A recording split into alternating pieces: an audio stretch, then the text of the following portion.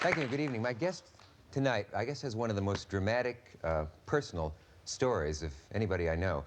He was born in Poland, had a harrowing childhood during World War II, harrowing, including 8 years of being absolutely mute. Then there was the dislocation and wrench of emigrating to America, where he began writing in his adopted language, English, and he soon rose certainly to a leading place in American fiction, and he's occupying that place today. He is, of course, Jerzy Kosinski, who is the author of such books as Steps and The Painted Bird and Being There and Blind Date. He's very conscious of writing for a society in which all options seem to be open, and that seems to be the one we live in. And here's what he says about that. We need spiritual guidelines to know which options are good and which bad. That's what literature has always done. It enlarges the world of emotional and ethical options. When you're finished reading a novel, you're stronger than when you started, though it may have made you feel pained or shocked. This is certainly true of his writing, which, like him, is brilliant, unsettling, shocking at times, but certainly in a positive way. Will you welcome, please, Jerzy Kosinski.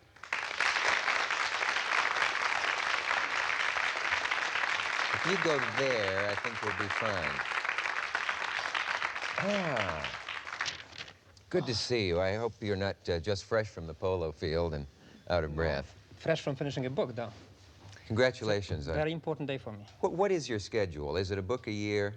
No schedule. I mean, do you aim for a book a year and No. then hope for the best? I don't aim for anything, really. Okay. What I try to do is write when I feel like it. Mm-hmm. It takes about 2.5 years to finish a book. And it's not, in other words, the schedule is not of my doing. It just so happens. I see. In other words, after 12 years, I'm not wiser than I was when I began. Not wiser? No, I still cannot quite predict why it is that see. it's 2 years. But we, the reader, are presumably wiser from having read you. And I like the idea that a book can improve someone in some way. Can you think of examples of books that have changed people's lives? Ever so often someone will say, I read such and such a book.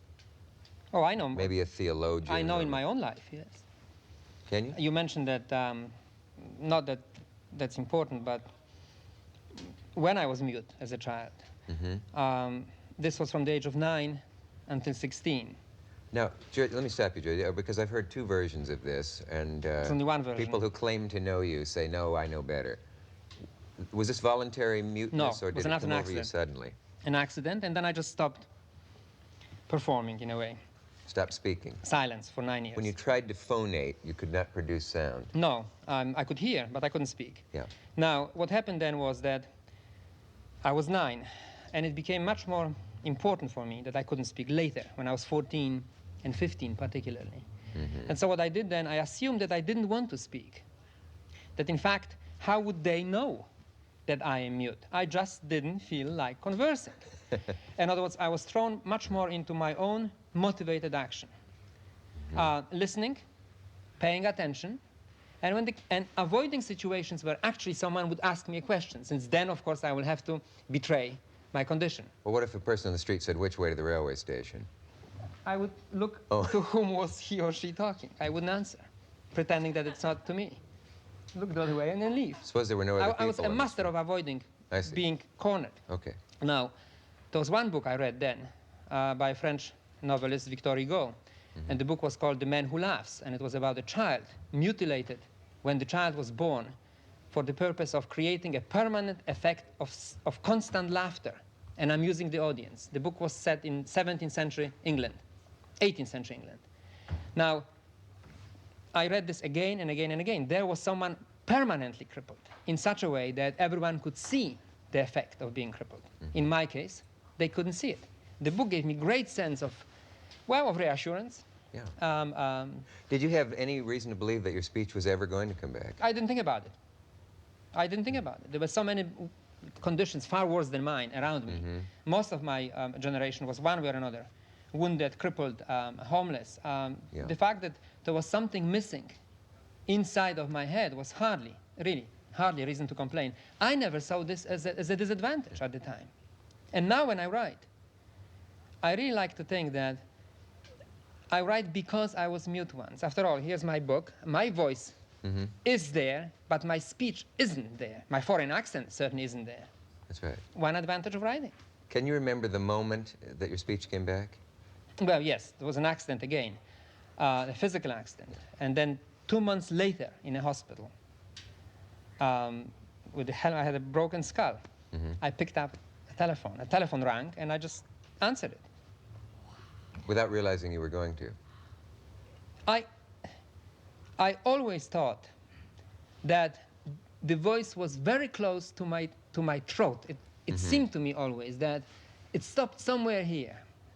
And when the phone rang, I had a feeling that the voice was a bit closer to my mouth, so to speak. And so I picked up the receiver, and I answered. And then, you know, life didn't change. Things were not better. I still keep avoiding being cornered. And I still don't answer easy questions. But is it still possible for you to have that return? it's possible. Really? But I need my typewriter. Is it possible that it was all psychological? It's possible. Psychogenic? Well, yes. Have That's analysts said to you, you realize, of course, that it was Analysts? all Analysts? psychoanalysts? I never had one. Well, but you meet them at parties. You can't avoid them. They avoid me, though. Oh, okay. You're on record against them, are you? Along No, I'm not on record, but I'm just outside of the record. Do you agree with Nabokov that Freud was a Viennese quack? I don't really know. I do know, however, that one very distinguished American psychoanalyst whom I have known, Franz Alexander, the founder of the phrase psychosomatic medicine was actually introduced by him. And a very distinguished psychoanalyst told me that under no condition a foreign born should be psychoanalyzed in the language other than the language of his growing up. How interesting. Since clearly in English, I am either much more articulate or much less. In either case, I'm either much more myself or not myself at all. And that's true. He was Viennese born. He was actually, Franz Alexander was the first professor of psychoanalysis. That's a fascinating fact. I met him in 1962 when I just began writing nonfiction before I settled down to write fiction. And he psychoanalyzed a great number of American writers and playwrights.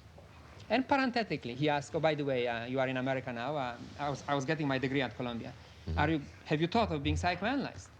Now, here was this distinguished psychoanalyst. I said, well, certainly maybe one day. He said, don't. Sat me down and told me why. Because of this control of the language, I edit myself out, consciously or possibly subconsciously by now. Yes. I notice, for instance, when I speak, occasionally, clearly, I run into Russians or Poles. When I was the president of PEN, the Organization of Writers, I couldn't avoid official meetings with compatriots of my past. I didn't really wanted to see them, but it happened that way. Friends of mine told me that when I spoke Russian or Polish, the American friends of mine who saw me across the room, my physical manner was different. I was much more rigid, they said. I was sort of buttoning up, and my hands were completely immobile. They said, was it very unpleasant? I said, no, it was fine. They were perfectly charming. But my friend said, you look very uncomfortable. Someone said that he who speaks a second language has the advantage of being two people, and a third and a fourth, of course, 3 and 4 people. And it is true in any other language. Even people who know a smattering of another one do seem to change somewhat when they speak it. But I would claim that in an adopted tongue, I'm much closer to what I really am. I could write in another language. I don't mean technically. Technically, clearly, I could sit down and produce something in Russian or in Polish. But I wouldn't, what I write, I would not. Does it seem odd to you that Isaac Singer continues to write in Yiddish and then has his work translated into English, even though he speaks English No, it doesn't well? seem odd to me, but it seems odd to him, I think. But he still does it. Yeah. No. Your father gave you, I believe, on how to write in another language. What could it have been? Well, my father was a very removed figure, a classical scholar. And when I left Eastern Europe and when I arrived in the United States, I was 24. And frankly, I was very close to my father, but my father built his life around locking himself in, no access. I, to whom access to others have been denied during the war, after the war, built my life around bringing everyone in. And so spiritually, we were quite different. And so when I arrived in the United States, my father didn't feel that there was any advice he could give to his son other than one thing he knew, and I didn't: the language, English. I was already here. He was in Eastern Europe. And so he kept, for 7 or 8 years, he kept sending me 4 or 5 airmail letters, lessons in English, every week.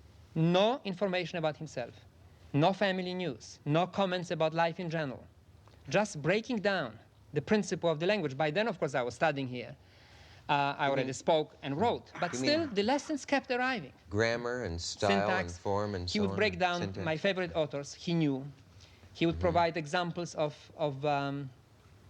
the examples were always tailored to my frame of mind. And only then, when I didn't see him anymore, and when I was not going to see him anymore, I realized how much actually he knew me. And only then I began to miss the contact, which possibly I might have had had I known him better. Have you used him in your fiction? No, No. no. I dedicated steps to my father, a mild man. Yes. Something you said earlier reminded me of something in... Now, wait a minute. I'm sure it's in Being There. Someone is talking about the dangers in California, the locked houses, the sentry dogs, and so on. That occurs Blind somewhere Date. in the book. I mean, in Blind Blind Date. Date. Yeah.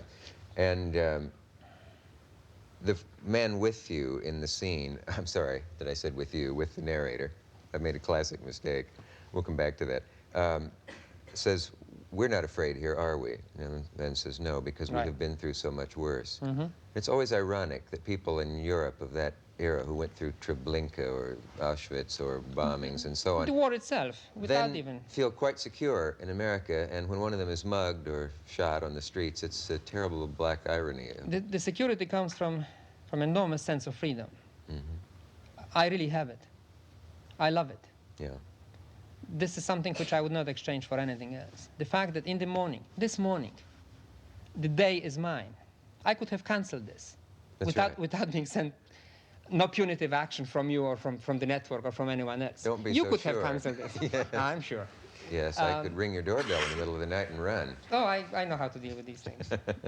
No, but the fact that I'm free, that I can write what I want, that I can plan my day when I want, that I don't have to be involved in something I feel I should not be involved. These Or are simply- profoundly important things to me. Or simply go to Texas if you wanted to without having to show anyone any identification Yes. or papers. I love this. It's And astounding. 21 years later, after my arrival here, I'm aware of it every single day. Jerzy, do you have a recurrent dream by any chance? Or any recurrent Dream or dreams? nightmare? Nightmare, let's go for that. I do have occasionally when I go skiing in Switzerland, or when I go to Latin America where I like to ride horses. These are highly bureaucratic countries. Passports, documents, identity, the proofs of identity are very important. Police are uniformed, and they are tough, and they can do great damage to you. I get frightened. And so when I'm there, in the first 2 or 3 nights, I have nightmares of being locked in Eastern Europe, not there, not in Switzerland, not in Dominican Republic, not in Argentina, Yes. in Eastern Europe. And And I'm there, back onto my past, and they say to me, "You are not leaving, you are going to be here." And it is terrifying, because I wake up, and I turn the light on, and it's all right. The light on, yeah. Anxiety dreams are always a little removed from the actual That's right. Once, location or in my case, they always go something, back to Eastern Europe. Yeah. Yeah. You may be a fallen angel of some sort at the moment because, as I assume, you've always resisted Hollywood a bit, and now they're going to make a movie. I'm not a The fallen Kaczynski angel, I'm a book. corrupted angel. Is that what? Yes. What it's got corruption. to you? What Raymond Chandler called all that fairy No. gold that showers down upon No, you? I always thought that the kind of books I write, marginal books, difficult in many ways, don't lend themselves to be turned into a movie. What happened with one of them, with Being There, is that there's been great interest in the book. And I kept postponing deciding whether it should or it should not be turned into a movie. Being There, unlike all of my other novels, is about being outside of yourself. It is, in fact, about being a visual character. It is about television. You could portray Chauncey Gardner. Pity that it's Peter Sellers. Yes, I know. Well, he needed the job. Well, exactly. But So of all my novels, this one lends itself to this external portrayal. And what happened recently was that there were attempts at making it or something like it without my consent, something very similar, which would involve me with legal actions, protecting my literary rights and all that. And so I refocused, and I said, well, let's see what will happen. Are you saying, let me interrupt you a second, that somebody slightly ripped you off and was about to do another version? It was coming up. To put it in the vernacular? Yes, and in fact, a friendly playwright sent me a part of the contract she signed with a very reputable company, and in the contract, believe it, they actually would say that you would deliver within 90 days a story resembling Joseph Kosinski's being there and all that. Well, this was not the first and not the last. Finally, I said, look, let's see what happens. Peter Sellers liked the book from the very beginning. We met because of being there. He saw himself as Chauncey Gardiner, as a man without identity, without background, in fact. All Sellers' films are about such incomplete characters, and he's excellent in portraying them and how we accept them for something else. Yes. Chauncey Gardiner, in being there, is an ultimate Peter Sellers, and I think Sellers can probably convey how celebrity is born in the United States, how easily it is born. Through this medium, the medium you and I are very much part of right now. I know. Do you feel a little corrupt even in being part of this medium, which you despise in many ways? I don't despise it. I think it's an important medium, but I Yeah. think it's important to know what it can do and what it does. Yes. I don't think anyone has any true comprehension of the effect, of the impact. So I wait for the You film. maybe. It's Peter Sellers, Shirley MacLaine. Hal Ashby will direct. So in other words, it's a very responsible film which will portray the social impact of an emergence of a personality. We will see.